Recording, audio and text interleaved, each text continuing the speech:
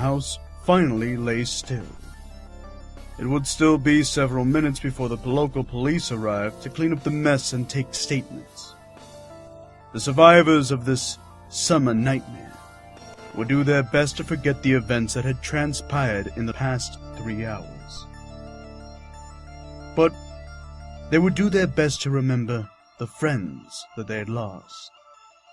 While the first of cruisers pulled up and illuminated the edge of water with an alternating gleam of red and blue, the 4 remaining comrades trudged back up the hill and let the corpse of the bloated beast sink slowly beneath the water.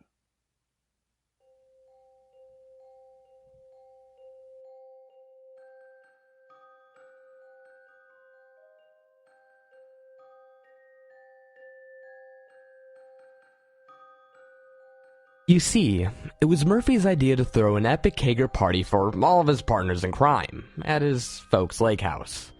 They were off jet setting to whatever location their hearts desired. Retired people do that from time to time, and they definitely kept busy as soon as they cashed in their 401k. As Murphy recalled it to all in the mass invite. Hey, my folks are heading to Hawaii for 2 weeks. Party at their place. Are you sure that's going to be okay? You're not really the party-throwing type. This should be awesome. Don't you worry about any of that. We've all been meaning to finally get together, and now we have the perfect means. Besides, I trust all of you. What's the worst that could happen? The plans were set, travel arrangements were made, and... But the following Friday, Murphy was eagerly waiting at the front door as his first guest arrived.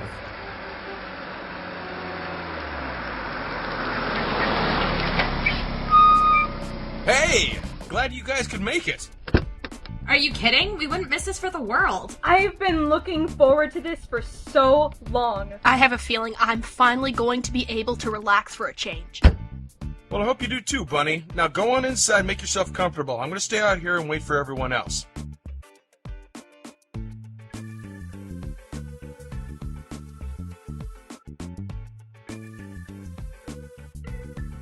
One by one, everyone arrived. The next to show up were the lovely Miss Shadow Lovely and CreepyPastaJr, bickering as usual.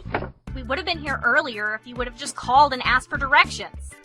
But we made it, right? Yeah, we made it, if you can call it that. All I'm saying is that I would have liked to arrive before the second coming.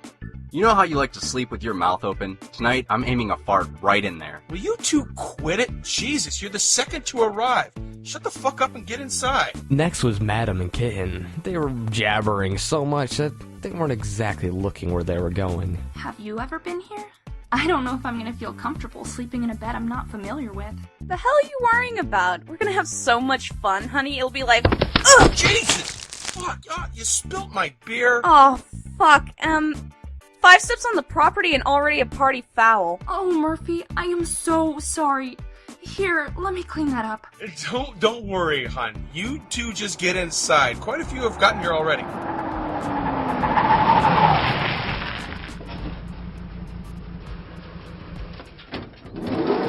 Holy fuck, that was awful. I knew I should have driven. God damn it, Litterbot. I think I'm gonna be sick.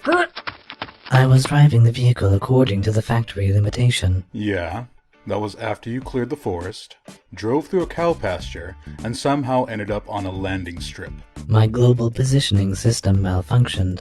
Finally, at last, the vehicle arrived. A stylish couple pulled up and revved the engine one last time before Mr. CreepyPasta hopped out of the car to greet his old friend. Murphy, you son of a...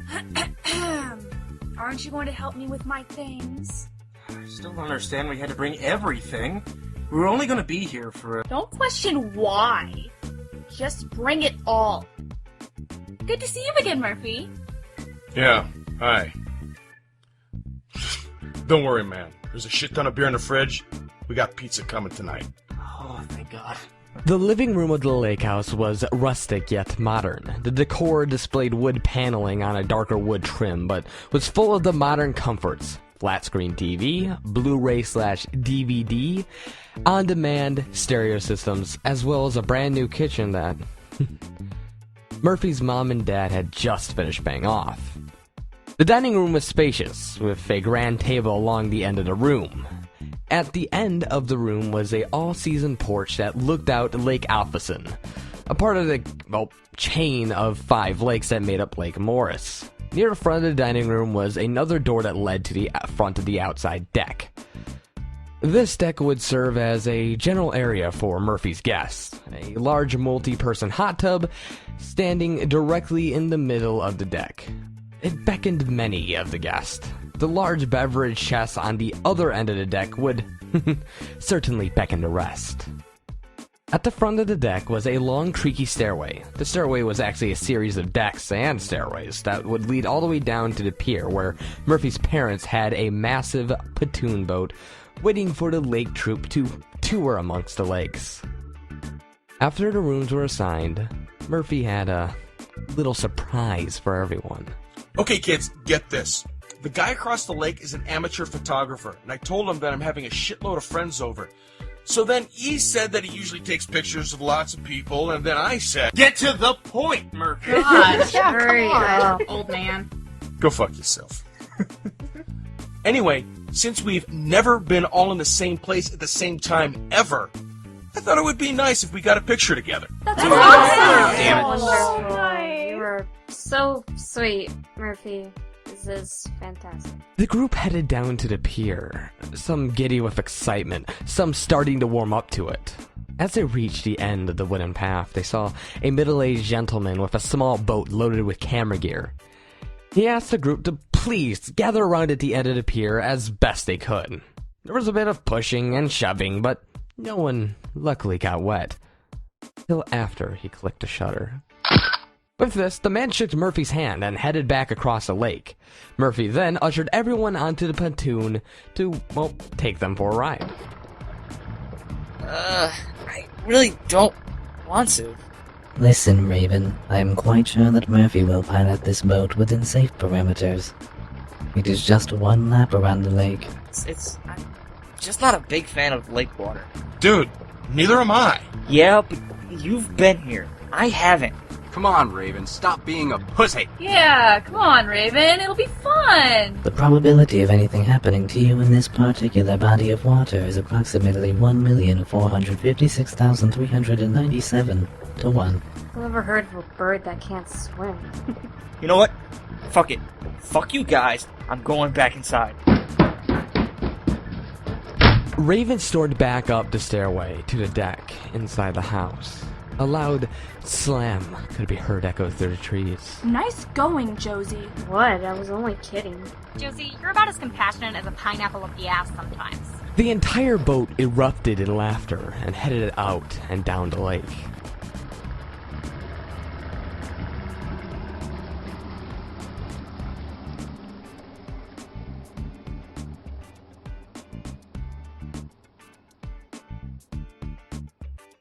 Raven, alone, while back inside the house, had a bit of a change in heart. I know I hate the water, but I'm gonna regret this if I don't go. Maybe I can still catch up with them. Raven sprinted out the door and down the stairwell to sea. An empty dock. He followed the remnants of the wake of the boat that left and spotted the pontoon. Far end, already, there was no way you could catch it now. Shit! Raven picked up the stone at the end of the shore and skipped it across the surface of the lake as he watched the rock bounce. He noticed a shadow under the water. The shadow was a good 50 yards out and moving much closer to Raven's position. What the hell is that? Suddenly, there was a giant splash and Raven screamed for help. And that was left of Raven was his velvet top hat, floating peacefully along the surface of the water.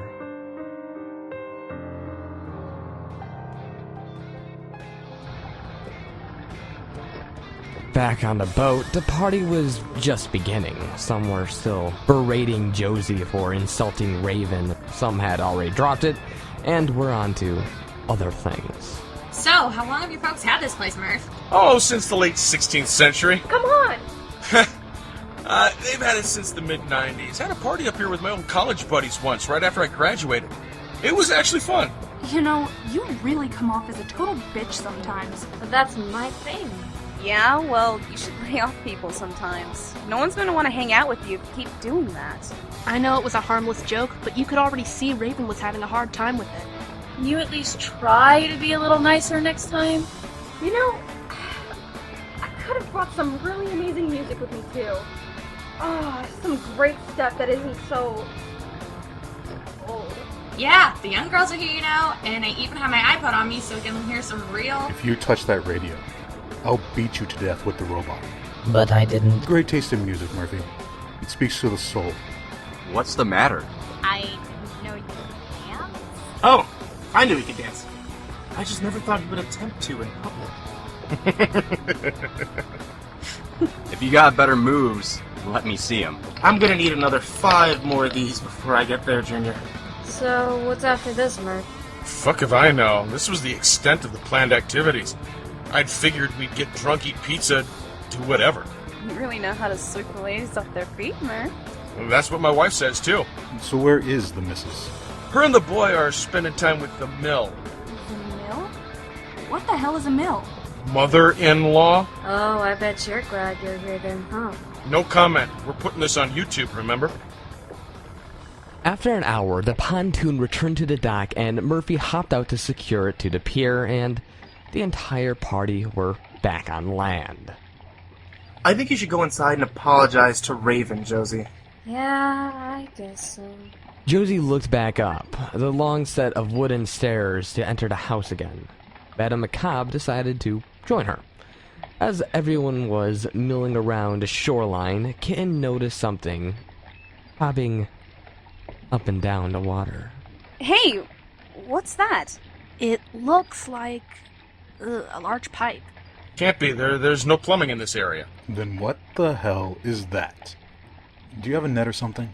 Murphy pointed to the small shed off the shoreline.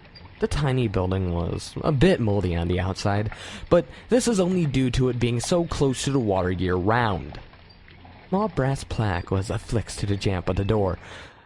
The Brig.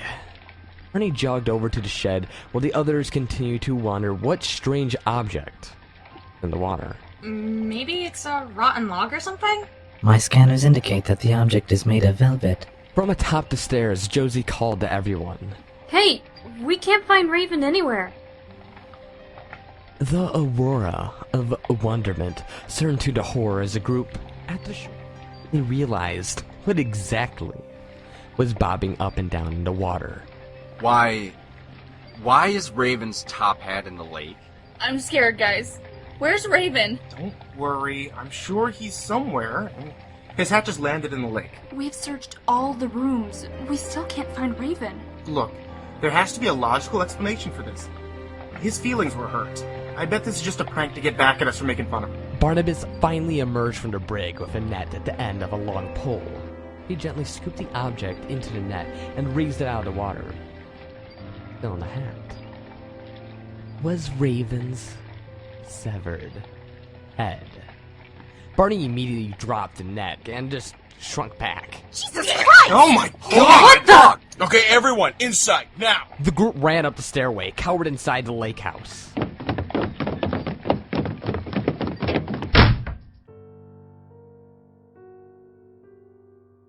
The friends sat for a few minutes in silent shock.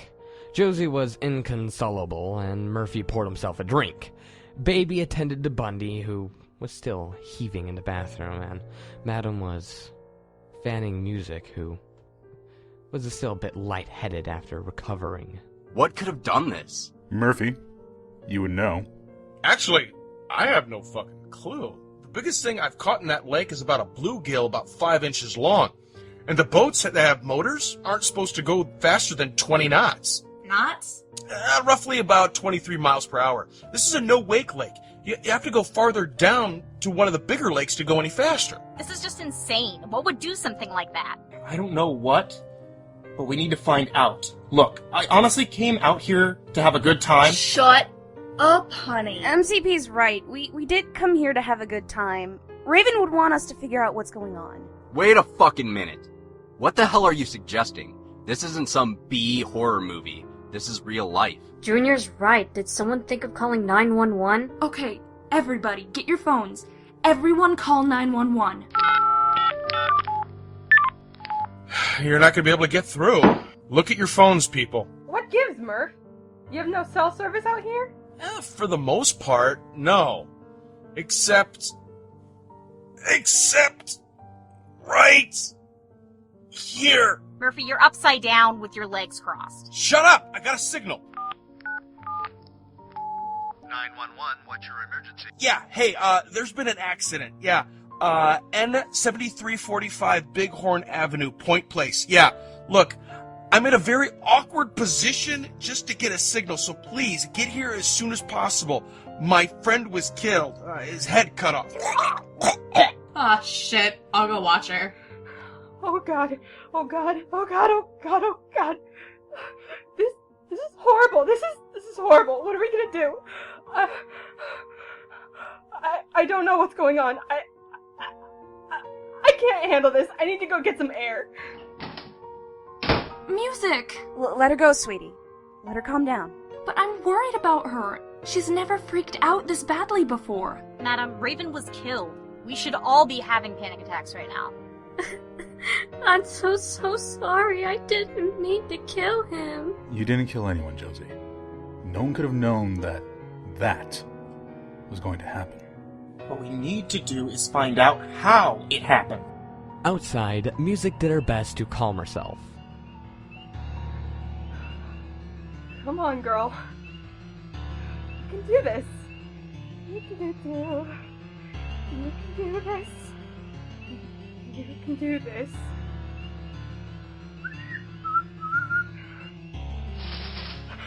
Hello? Is somebody out there? Okay, whoever that is, it's not funny. Get out here right now. Back inside, as everyone is still trying to figure out who killed Raven.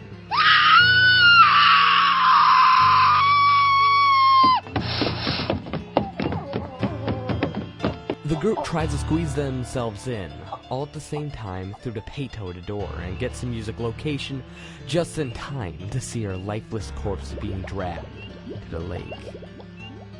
The lovely little group just stands in silence and shock for a few more moments.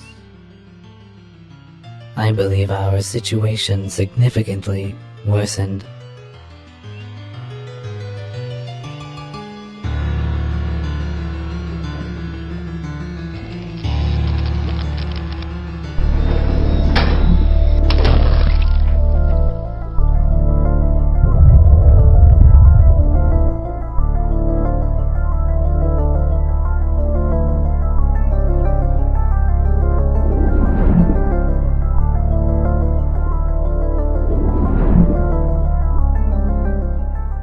The sheep stood on the deck, silently trying to attempt to process what they just witnessed.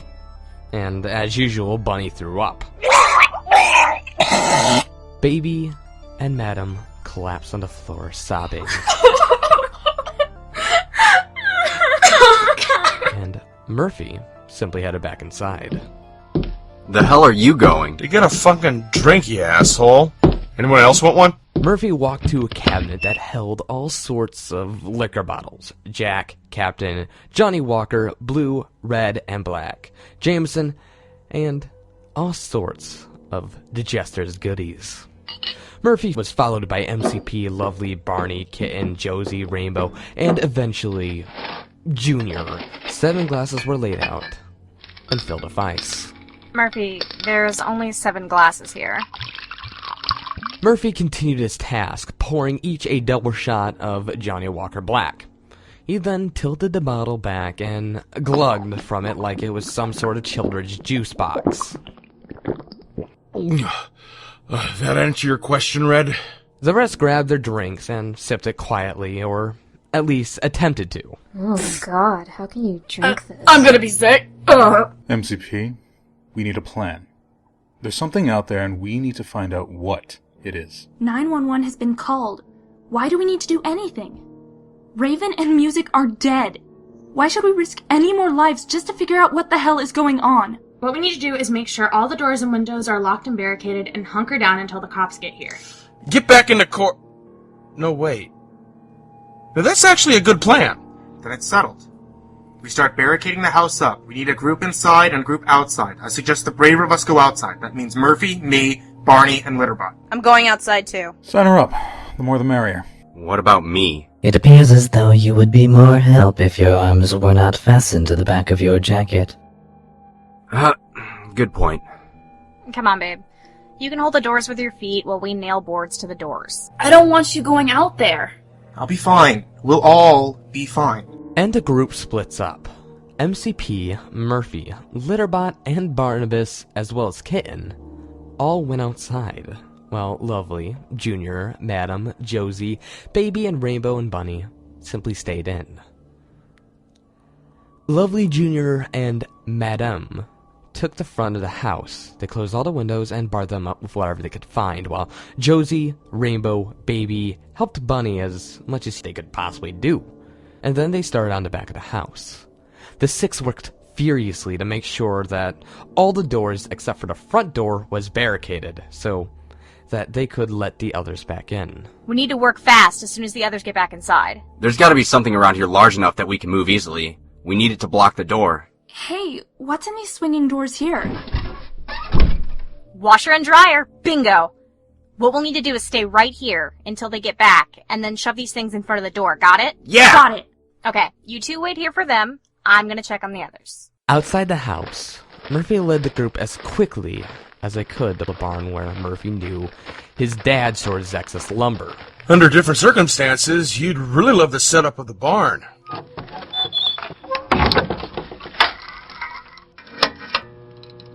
Come on, shit's upstairs.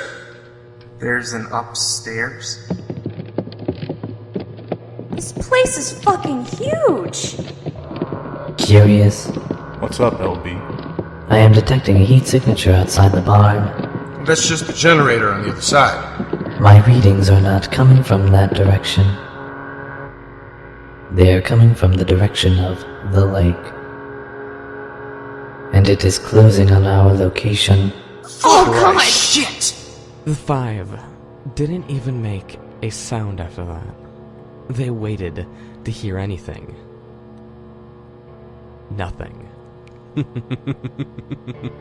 Okay, let's get this wood out of here and head back to the house. Murphy and MCP crept down the stairs as to not make a sound. The group picked up the wood and headed back for the exit.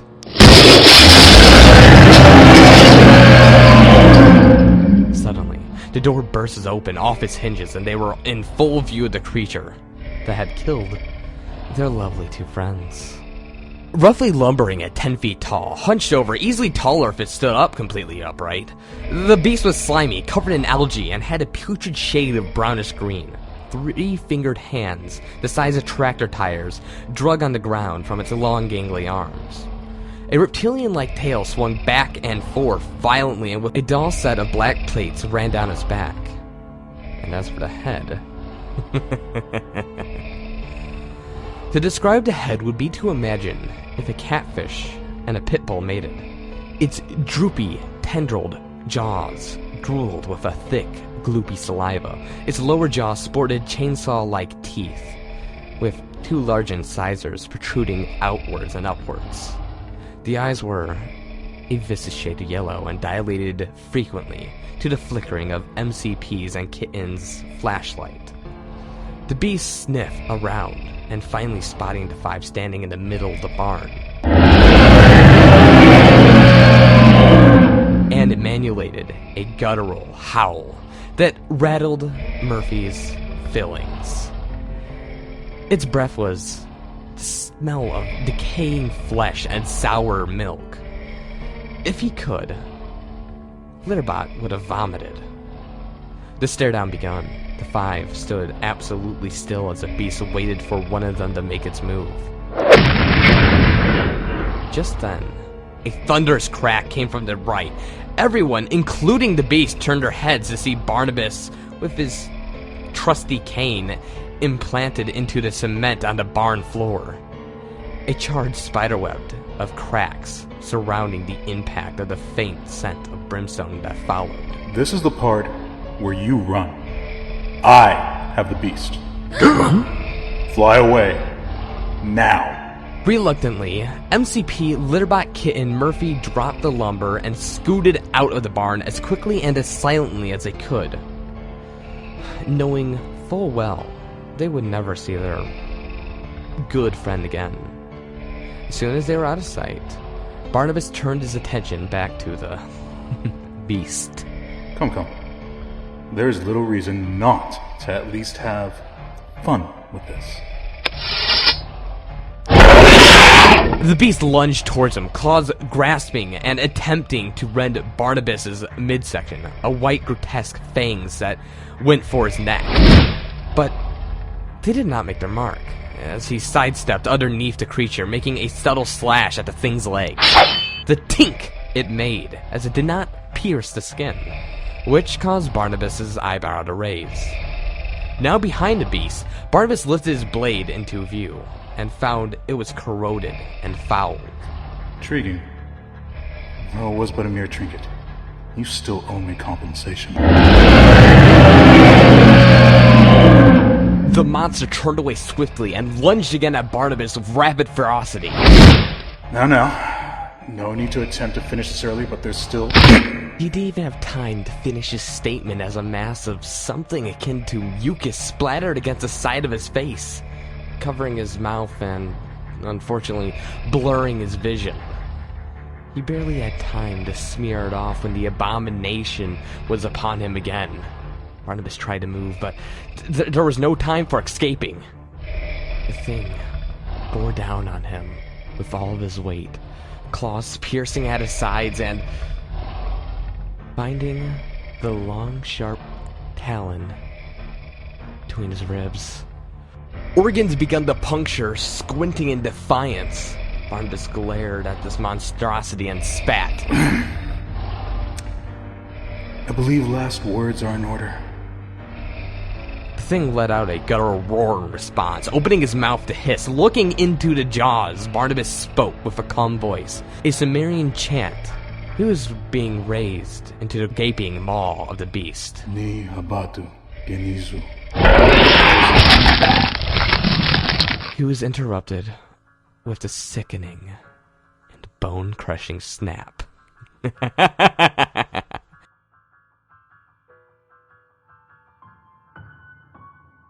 Back in the house, the others heard the commotion coming from the barn, and they feared for the worst. What the fuck was that? Let us in! Let us in! Open the goddamn door! That thing is in the barn!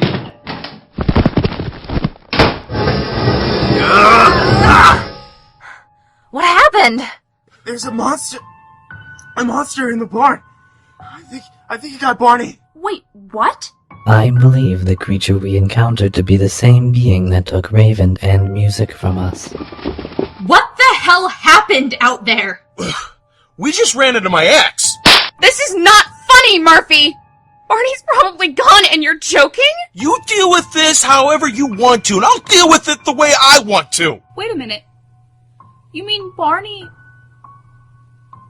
He sacrificed himself so that we could get back to the house. Well, the doors and the windows are all boarded up. We should be safe until the police show up. The police? The police? What the hell are the police gonna do about this? Bunny, get a hold of yourself. No, you shut the hell up! I am really scared, okay?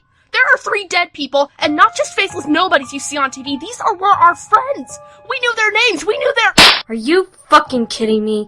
Don't you think we're all scared too? I'm terrified. I'm still not over Raven. And you know what? I don't think I'll ever be. But panicking is the last thing we need right now. Josie's right, Bunny. We need to stay as calm as possible. What we need to do is stay as close to the center of the house as possible. That way, the thing can't reach us from the windows. Wait!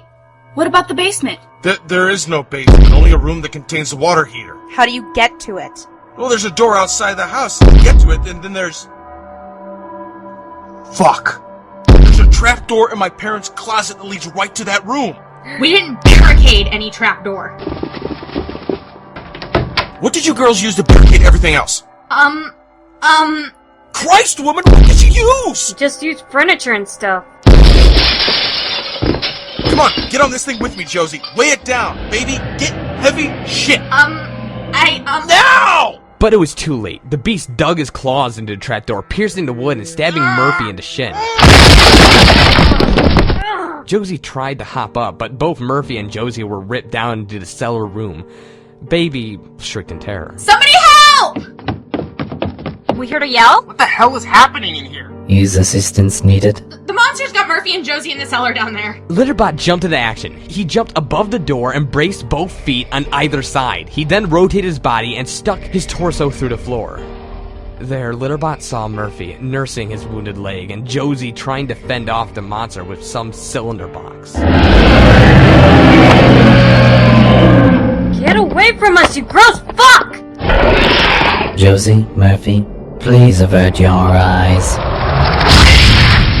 A soft whine emitted from Litterbot and gradually grew louder and louder until it held the attention of the beast, long enough for a burst of blinding red light to be pulsed out of Litterbot's eyes, blinding the beast who, of course, roared in pain.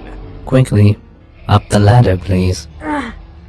Murphy's hurt, and he's heavy. Shut up! Josie pushed while Litterbot pulled while Murphy got out of the cellar. The beast, as of right now, was coming to. Josie quickly dashed up the stairs into Litterbot's arms, but the beast had regained its sight and lurched for Josie's feet. Ah!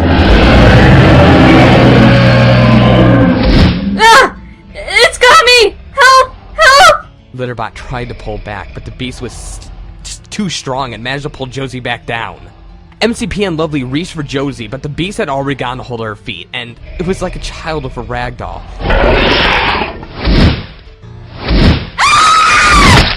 It whipped Josie around by her feet and smashed her head against the cold cement floor, saturating it with Josie's deep crimson blood. Litterbot quickly ushered everyone out, and MCP and Lovely helped Murphy back into the center of the house as the beast could be heard feasting upon what was left of Josie.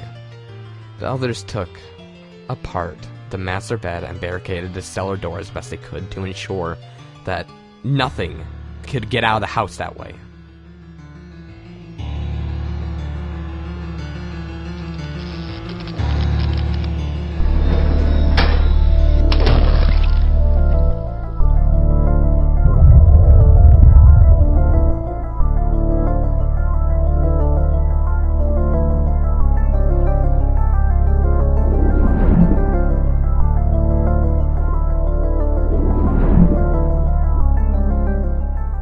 Murphy howled in pain as Kitten and Madame tended to his wounds. Ah, son of a bitch! What are you pouring in there? It's hydrogen peroxide. We're trying to clean out the infection. For a bad boy, you whine like we're killing you. That's because you are killing me! Don't use hydrogen peroxide! Get an eraser! Madame and Kitten soon realized what they were doing to Murphy and stopped immediately. Kitten jumped up and grabbed an eraser from a random kitchen drawer and handed it to Murphy. Madame grabbed some paper towels and brought those over to Murphy as well. Murphy began to survey the damage, what the chemical liquid had done to his leg, and quickly begun frantically to erase the smudges and damages away. He then used paper towel to smooth out the rough edges. Murphy then reached for his pocket and grabbed his stick and begun to fill the rest. Can someone get me a beer while I finish this? I'm so sorry, Murphy. I totally forgot. Just don't worry, okay? We're already under a fuckload of stress. This is getting ridiculous. Why is this thing after us? Murphy, do you know something we don't know? Not that I know of. I'm not gonna bullshit you on this kind of situation. If I knew something, I'd tell you. Oh, God! Oh, baby, come here. Well, there has to be a reasonable explanation for all of this. This shit just doesn't happen for real. It's like we're in some horrible monster movie or something. Well, we can't leave the house to investigate. That's suicide. Well, we have to do something. No, we do not. We don't have to do anything. Josie was right. We have to stay calm. The police will be here soon, right?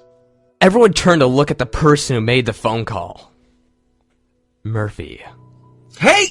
I called them! We're out in the sticks here. It'll take them a while to get here. You're not fucking with us, old man. You did call them, right? I swear to God! I believe I can be of some assistance here.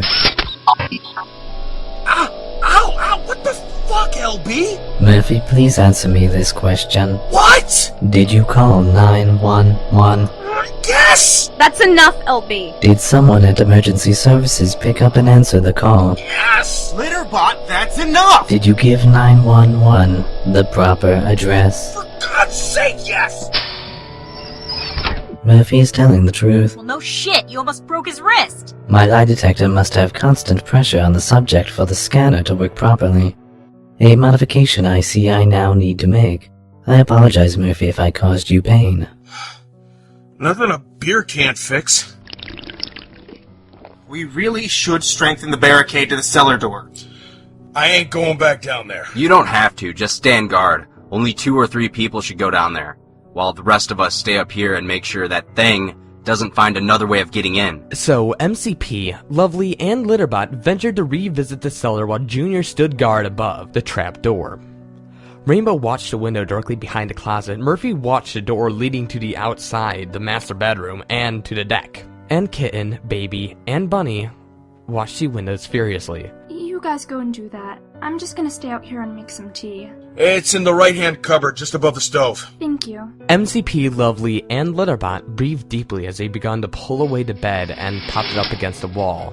Initially, they slowly crept down the wooden stairs. The light bulb was shattered, so Litterbot turned on his eyes to illuminate the room.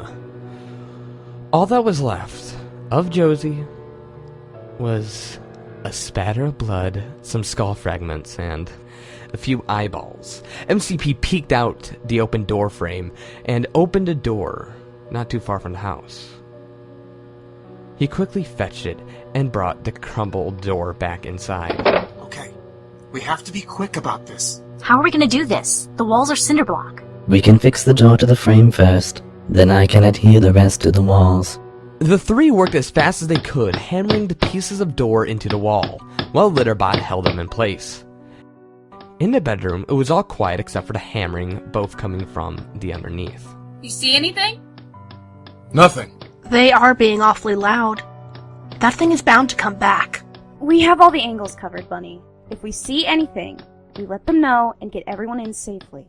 In the kitchen, Madame filled the kettle with water and placed it on the stove. Amongst the clamor radiating from the bedroom, she heard a faint sound. What the? Music? Madame dashed to the window and peered through the boards nailed to the wall. She could see a dark silhouette of a figure reaching out for help away from the noise on the opposite side of the house. Music! Oh my god, she's alive! Madame ran to the front of the door and slowly pushed the washer away from the door to get to the outside. The noise from the cellar was easily muted by the groan of the washer skidding across the floor. Madame stopped onto the patio just outside of the house, where she swore she heard the voice calling for help. Music! Music, where are you? I can't find you if you don't call out! Help me! Madame spun around and saw the pleading figure off in the trees. She squeezed herself between the branches to get her friend pleading for life. I'm almost there, honey. Just hang on tight, okay? She finally arrived where the voice was coming from, only to find a crude pile of leaves made to look like a human figure. Madame froze in fear, realizing what she had just done. In her haste, she forgot to barricade the front door right back up. She spun around on her heel. She was met face to face with the creature everyone was trying to keep out. She let out a loud scream, but it was muffled by the sound of the tea kettle whistling.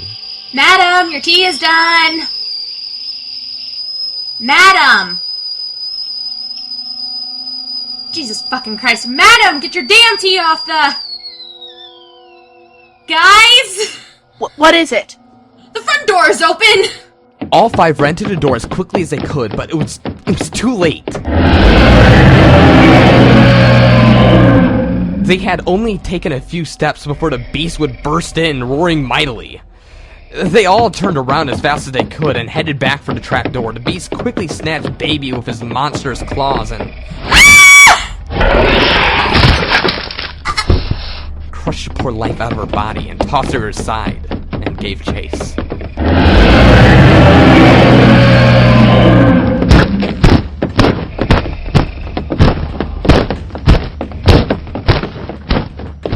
The four practically shoved Junior down the stairs and begun pulling and prying at the barricade MCP Lovely and Litterbot mercilessly was working on. What the fuck, guys? That son of a bitch is right behind us! It's in the fucking house!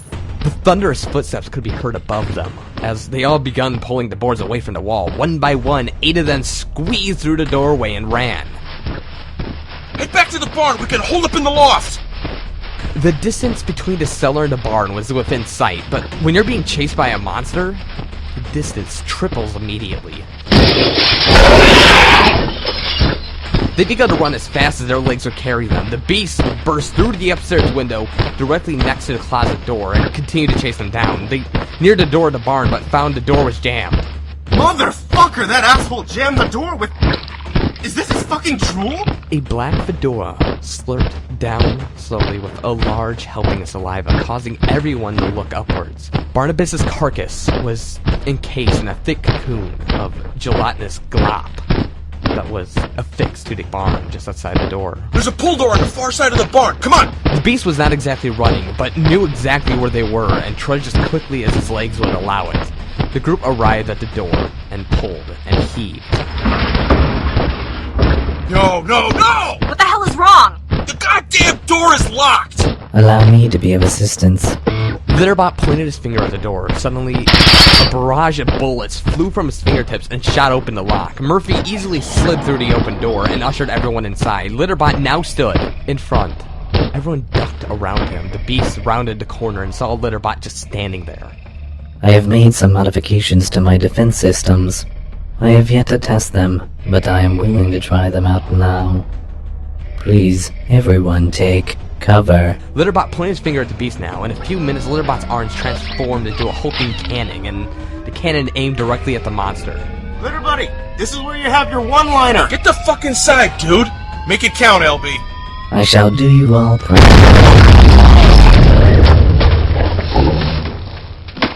Are you fucking kidding me? Kitten, Rainbow, and Bunny attended Murphy as MCP, Junior, and Lovely peeked back out the pole door. All that was left was 2 metal feet, a charred scarf dangling from a nearby tree. They looked around for the monster, but it was nowhere to be found.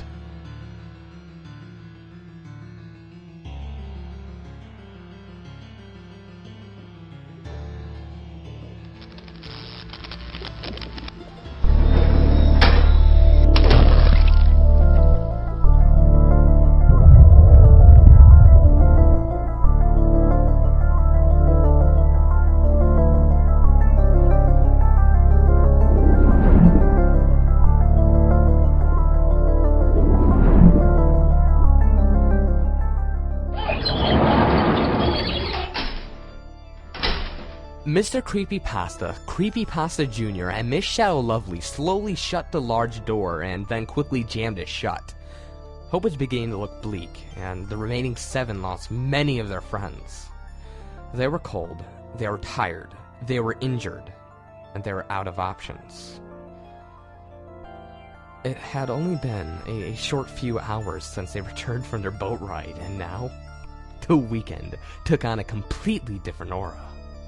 Mr. CreepyPasta and Kitten hoisted Murphy on their shoulders as it seems he was out cold from the impact, and they all climbed a short staircase to the loft and tried to regain their composure. It can't end like this! Hey, we're not out yet. We still have a chance. She's got a point. That thing was knocked back when Litterbot exploded. It has no idea we're in here. Hopefully. Look, whatever this thing is, it's smart. It figured out how to trick us, how to lure us out of hiding, how to separate us, and now it looks as if it's to corner us. I'm not saying we're up shit creek without a paddle, but we're definitely in we're fucked lake. Well, we have to do something. Look, we've been running and trying to avoid this thing the entire time. Maybe it's time we take a stand and put it on the defensive. That's actually not a bad idea. There's just one problem. The guy who knows everything about this place is out cold. Well, something's gotta wake him up. Oh, the liquor's in the house. Wait a minute. What kind of Irishman would Murphy be if he didn't have a flask? Mr. CreepyPasta begun patting Murphy down. Let me check his back pockets.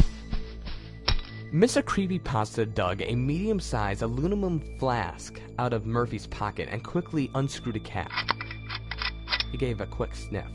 Oh, dear God! The fuck is that? Who cares? Pour it down. Mr. CreepyPasta covered his face as Rainbow plopped open Murphy's mouth and poured a dark pungent liquid down Murphy's throat. The odor of this mysterious liquid made everyone gag and caused MCP to drop the flask. Okay, where are we? What the fuck is that shit? Oh, that's, morning after juice. Tomato, vodka, oyster, dark rum, and Tabasco. Only to be used in extreme cases. Ugh, horrible aftertaste, though. As the stench of Murphy's concoction finally subsided, the others filled them in on their pain. Well, we got all the tools here, so grab what you can. But what you really need is in the brig. What's in the brig? Blowtorch, flares, dynamite, all the fun toys. Also, if we can get to the brig, we can easily get back to the boat and head on down into town. The pontoon can go really fast. That settles it. We grab what we can here, then head for the brig. Then to the boat and make our stand. We might not all make it, but we sure as hell will die trying. I don't want to be one of those that just cowers in the corner to die. There's a problem, though. What's that? What if that thing is out there waiting for us? I mean, what are we gonna do if we leave this barn and the monster is waiting right outside the door, ready to eat us? That's a chance we have to take. We don't have many options left. Okay, there's 7 of us left, and Junior can't use his arms, so he needs to be in a group of 3. What are you suggesting? We go in groups of 2 to the house, then sneak through the house to get to the brig. Problem. What if Sunshine is already in the house? Shit. I didn't think of that. What other options do we have? Frantically, Murphy scanned the barn for anything that might give them a fighting chance, or at least a good head start. Murphy looks down on the floor of the barn and studies the contents. The scooters! What? You have scooters? What scooters? Murphy hopped down the stairs and hidden behind his father's 1956 MGA rested 2 small scooters, one red, one yellow. My folks have had these for ages. Pretty reliable, I guess. We tie them together, send them across the property, and the beast chases them, buying us enough time to get to the house. That's stupid. Stupid enough to work, but we'd have to act real fast. That thing busted a hole through the house, remember? The group agreed and they started their work. While Murphy and MCP concentrated on trying and stabilizing the scooters together, the rest started going over the available tools. Hatchets, axes, sledgehammers, pickaxes, chainsaws, screwdrivers, knives. They were set. They were completely consumed by the work, but they failed to realize that they had not heard a sound from the beast in quite some time. How are we gonna get those scooters out of here? We can't just open the garage door. That'll make too much noise. Disengage it. Kitten climbed up the ladder and pulled a release line to disconnect the door from the drive motor. Rainbow, MCP, and Lovely all helped in the hoisting effort to pull the door up as quietly as possible. Murphy, Bunny, and Kitten wheeled the 2 scooters tied together with rope, twine, and duct tape to a couple of boards just under the door. Murphy started them both up. The first thing to go right this entire evening was that they both stayed started. Murphy then cranked the throttle on both and fastened the makeshift harnesses to keep the throttle in place after they let go. It took both Bunny and Kitten all their strength to hold the scooters back. Junior slipped out from under the door and Lovely, MCP, and Rainbow gently lowered it back down.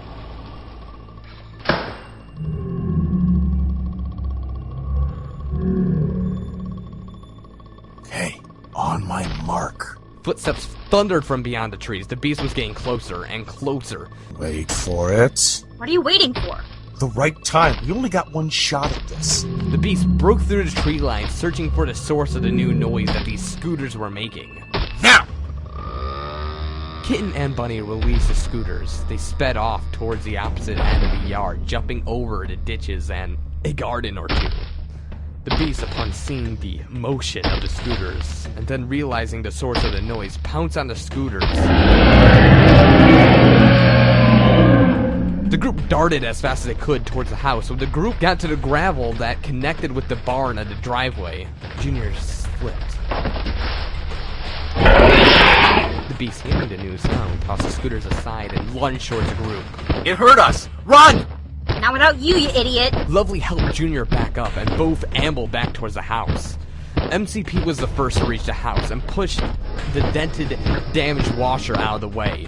The door to the house is hanging by a mere splinter, so when Kitten Bunny arrived next, they simply had to rip the door off of its frame, and then continued inside. Murphy helped Rainbow inside, and both got behind the washer, ready to push the rest back. The monster was closing in on Lovely and Junior. Snapped at their heels, swiped their talons to reach it to, with only a few feet from the threshold. The two dove for the house. There was a echoing rip.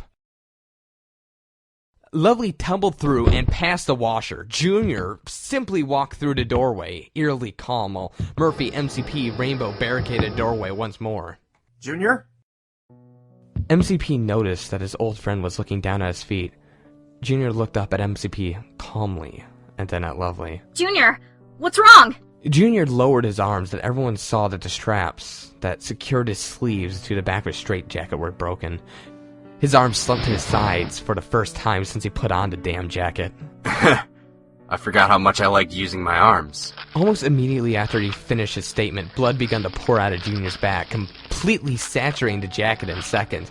Junior then collapsed on the floor in front of everyone, face down. Lovely leaped up to catch him and was the first to see the severity of the situation. The monster had stabbed and broken off one of its claws in the center of Junior's back.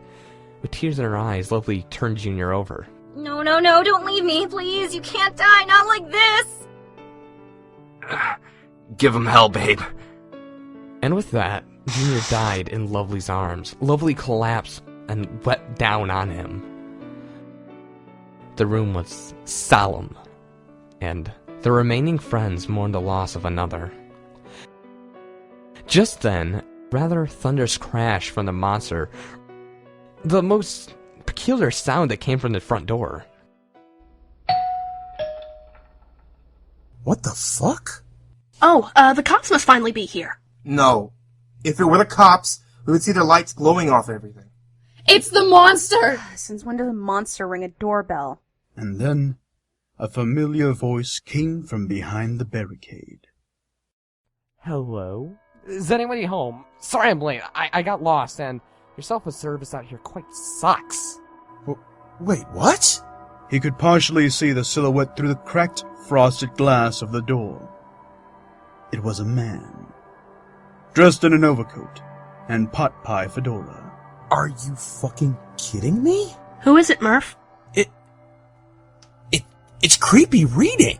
What? Creepy Reading? What's he doing here? I invited him, but... No. Wait. Did I invite him? Murphy reached into his pocket and fumbled for something. Well, let him in, damn it! The monster's still out there! Murphy, MCP, and Kitten pulled back the barricade and saw the calm figure standing there. It was Creepy Reading, all right. Brown overcoat, pot pie fedora, and completely covered in gauze bandages. Calmly standing on the front step, with chips and a case of beer.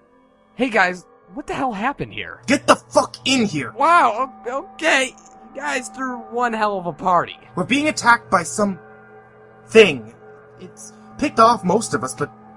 Look, drop that shit. Seriously, what are you doing here? TCR, I'm gonna have to side with Blue on this one. What are you doing here? Well, I'm here for the party, same as you. There is a party going on here, right? Kitten and Bunny's fur stood up on end. Something's not right here. What's going on? Yes, TCR, there is a party. Well, there was a party going on here, but why are you here? I have the guest list right here. and you are not on it. You know, I've been friends with you guys for a while now, right? I've been participating in community events, and I've even been featuring you guys on my channel. For what? So, I get snubbed on what's supposed to be the most prestigious party in the entire CreepyPasta universe? Creepy Reading's voice got lower and more primal.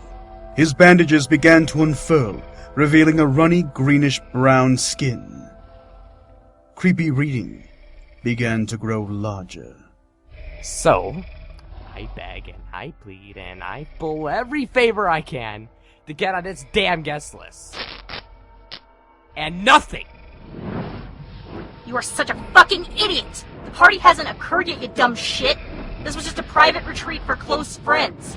You killed my junior because you are the dumbest piece of shit on the planet! Creepy Reading, if this is true, that you killed everyone simply because you didn't get an invite, then I'm sorry. We're gonna have to terminate your membership to the community. At this, Creepy Reading fully revealed himself. The gauze and clothing tore away fully. His hat disintegrated. His size tripled. His nails grew into talons, and he sprouted a gigantic reptilian tail. I'm not Creepy Reading, and I am the monster. And you know what? I will kill you all, continuing with these two morsels before me. Murphy! Get everyone to the brig! We'll hold off Stinky here. No matter what, get them to safety. Dude, let me help! Help by getting everyone the fuck out of here! Come on, kids, time to go! MCP flew through the picture window and into a small garden outside. Back inside, Lovely torched and scathed the beast from all angles, until she had her feet knocked out from under her. Lovely cracked her head on the cold tile floor, but quickly rolled under the monster before he could crush her under his foot. Stand still, you son of a bitch! Lovely climbed up on its back and grasped his slimy hide with both her hands, infusing her firepower into the monster's skin. The areas began to glow red with heat. The monster howled in pain. You killed my friends! You ruined my weekend! And you took my junior! Just as she was about to deliver the final blow, the monster drew enough strength to flip her out the same window as MrCreepyPasta. Lovely landed in the same garden. MrCreepyPasta helped Lovely to her feet. You know what this party needs? Texas barbecue? You read my mind. Both turned back to the now open window, but the beast was gone. Did we lose that asshole again? But they didn't have to look far. The beast had made its way up into the roof and launched itself at the two. MrCreepyPasta pushed Lovely out of the way as the beast struck and lashed viciously with its beastly claws. MCP doubled over. Lovely set him up as the beast recovered from its dive. Get out of here! Miss Shadowlovely inspected the wound. It was deep. Chunks of blue flesh and even deeper azure blood gurgled from the side of MCP's body. I can't let you die. You're my friend. Help protect the others. Lovely couldn't bear to lose another. She turned around to see the beast, now in a serious amount of pain, stumbled to get up. The fury within her burned with the heat of 1,000 suns, and her eyes turned fiery red. She marched towards the wounded monster and left footprints of charred earth in her wake. The plants and vegetation wilted and shriveled from the intense heat she was putting out. She raised her hands and produced a fireball in each. She steadied her point-blank aim and stood firm. I think we're done here. And just as she was about to burn the monster alive, it retched up at Lovely, extinguishing her flame and covering her face in its acidic and corrosive saliva. Lovely screamed in pain, and all MCP could do was watch as Lovely melted before him. Oh, God, no! Lovely. God, no. He watched motionless as the fumes finally faded from Lovely's disfigured, molten remains, and the beast stood up tall once more.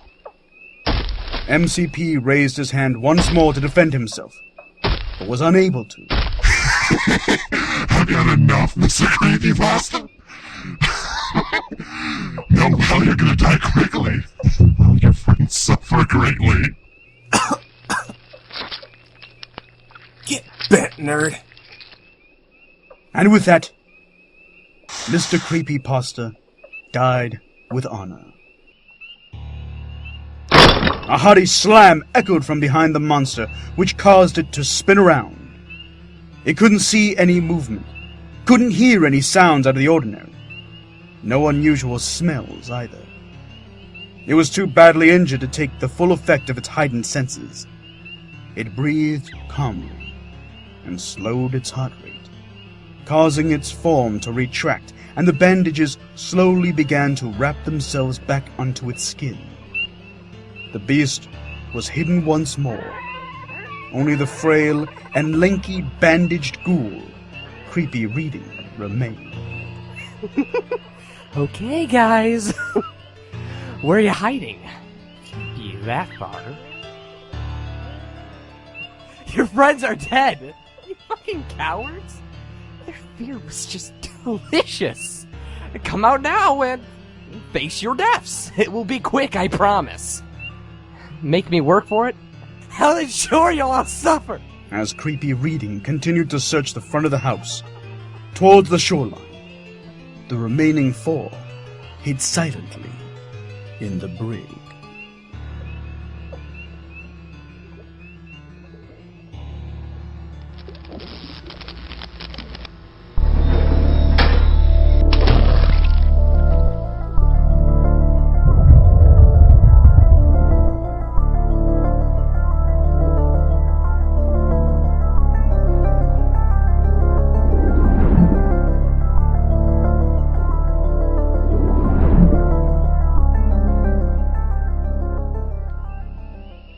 The day had such promise. The forecast predicted 77 degrees, mostly sunny, and a nice breeze coming in off the lake.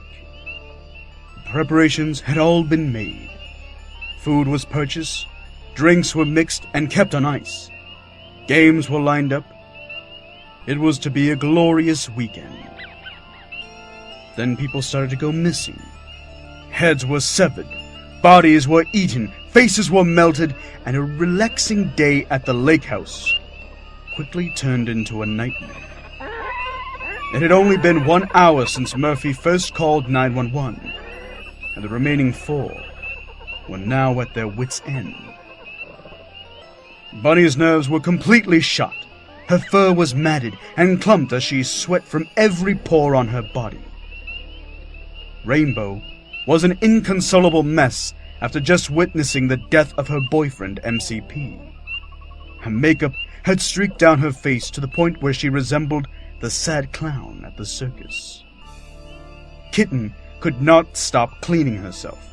Her glasses, cracked in 3 places, and her once silver fur, now a yellowed and dingy carpet. Murphy, the oldest of them all, was hiding next to the window, rambling incoherently to himself, looking out of the window, periodically to see where the beast, or where Creepy Reading, would strike. They had made it to their goal, the brig, but at what price? Their 11 close friends were gone, forever, simply because a madman wasn't invited to a party that hadn't been planned yet. The insanity of the entire event is what hit Murphy the hardest. He, usually able to volley back in any sort of foolishness, was now a trembling shell of his former self. What the fuck are we gonna do now? We did get to the brig. Murphy, what were we supposed to get here?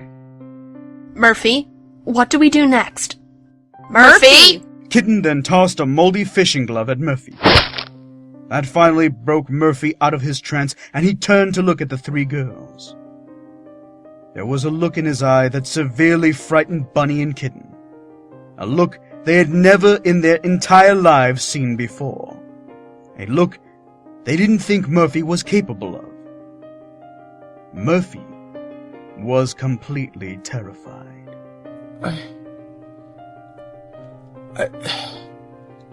I don't know what to do. I've been trying to think about what to do next, and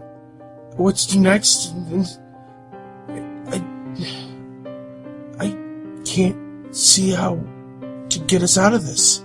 Murphy slumped down against the wall and lowered his head. The jester removed his cap and wiped his brow. His graying purple hair truly revealed his age. What the fuck did we come here for? Are you just gonna give up? Now is not the time for you to sober up on us. We need a plan. Kitten's energy seemed to breathe life back into Murphy. Murphy took a deep breath, and with a small jingle of the bells, placed his cap back on his head. You're right. Okay, well, we did come here for flares, dynamite, and other fun things. Let's take inventory here. Bunny, Kitten, and Murphy searched as quietly as possible for as many tools as they could possibly find in the tiny building at the water's edge. Rainbow continued to rock back and forth, holding herself tightly. After several minutes, the three were able to collect 5 sticks of dynamite, 2 flares, and a half can of gasoline. This is all fine and dandy, but we have no source of fire. How are we gonna light this shit? Murphy is a smoker. Okay, we've seen TCR in action. We know what he is fully capable of, so we really shouldn't plan on anything concrete, because he might figure it out. What we need is a plan so stupid that he'll overanalyze it. That's great. But we're gonna need Rainbow's help. Rainbow, we're going to need your help. Hun, you're gonna have to snap out of it. Hey, MCP needs to be avenged, honey. I loved him so much! I know, sweetie, but right now, we have a monster to kill, okay? You smell funny. Glad to have you back. Now, here's what we need to do. Outside in the yard, Creepy Reading grew more and more furious. And with each degree of anger, another portion of the property that belonged to Murphy's mother and father ended up in the lake.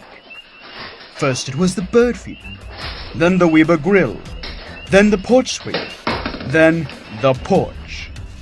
Creepy Reading was running out of objects. You can't hide forever. There are many more hiding places left. He stopped for a minute and smelled the air. Maybe he would be able to catch a whiff of where they might be.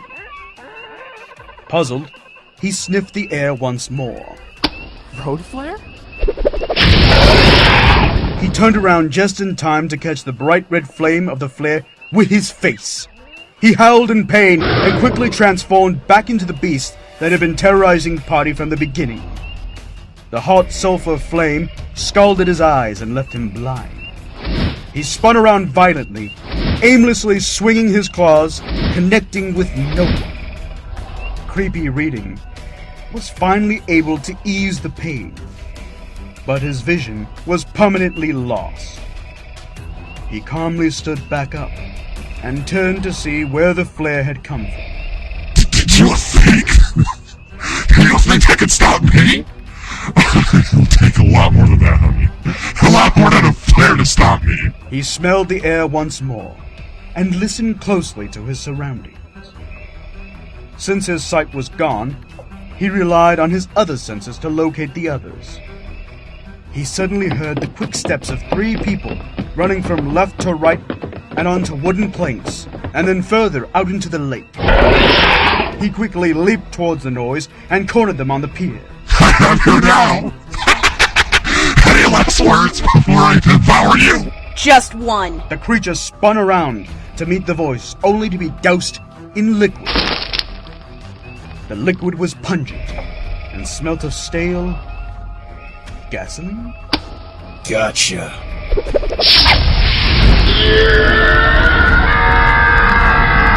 Murphy lit another road flare and tossed it at the beast. His aim was true, and the flare connected. And as the flare collided with the skin of the beast, now saturated in gasoline, it ignited into a pillar of flame. The beast roared and howled in pain, then began to slowly chase after Murphy, who was way up on the far upper side of the shoreline hill. The beast spun around but couldn't sense any of the others that had led him to the dock. The fact of the matter was, no one was on the dock. The pier was empty. Kitten simply tied everyone's shoes to her tail and scurried across the pier and over into the neighboring woods. Bunny and Rainbow were still in the brig. The door to the brig opened, and both Bunny and Rainbow peeked out to watch as the beast burned to death. In a last effort to survive, the beast scurried towards the lake and dove in, extinguishing the flames. Murphy and Kitten trotted down the shoreline hill and watched as the bubbles of air slowly popped and the ripples calmed. They both collapsed on the ground, barefoot and exhausted. God damn it! Oh, I need a drink. I think we all need a drink. As they all stood up and headed back towards the house, the water behind them began to churn again. You gotta be fucking kidding me. The monster, the greenish-brown hellion, now burnt, bloody, and disintegrating, burst forth from the water and lashed out at the group, snagging Murphy by the ankle. Ah, fuck! Murphy was being hoisted up in the air, high above everyone else. The beast opened its gaping maw and dangled Murphy high above it. Oh, this is gonna hurt. At the last second, Murphy took out a stick of dynamite and lit it with a cigar as the monster dropped Murphy into his mouth and swallowed him whole. Kitten, Bunny, and Rainbow screamed in agony as they witnessed the loss of another friend and began to run back up the hill to safety. Just then, a soft boom came from behind the girls. They turned around to see the beast, who was attempting to pursue them, lurch forward and stagger. Suddenly, another soft explosion was heard, and a portion of the beast bubbled into a bright orange. Then another, and another.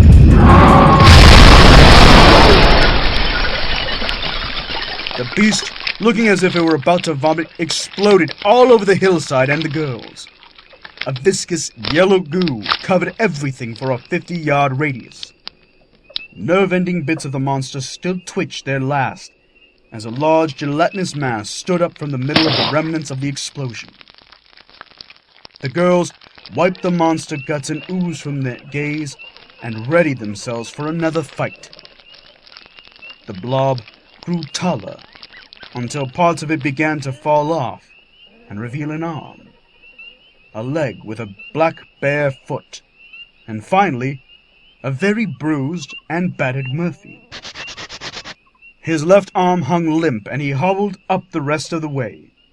How the hell did you... Ugh.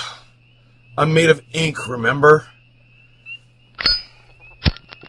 It's really hard to blow up a liquid.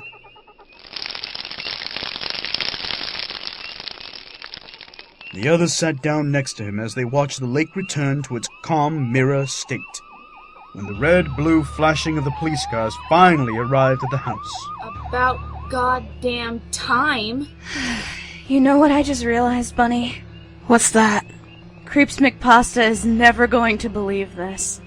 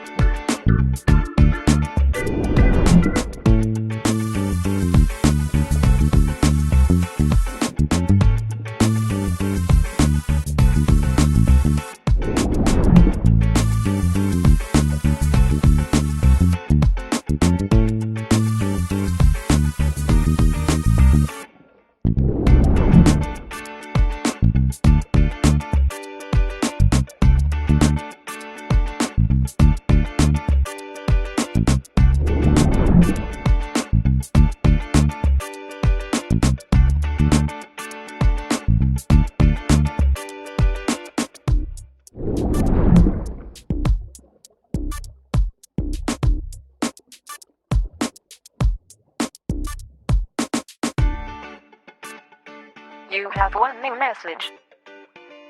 Message 1. Yeah, hey, perfect. This is Dad. We just got back and want to know what the hell happened to our house. Murphy Shannon, you call us back immediately and explain why there is a giant hole in our bedroom wall. And why the lawn is covered in what the hell is that stuff, dear? I have no damn idea. But you're in some serious trouble, mister. End of messages.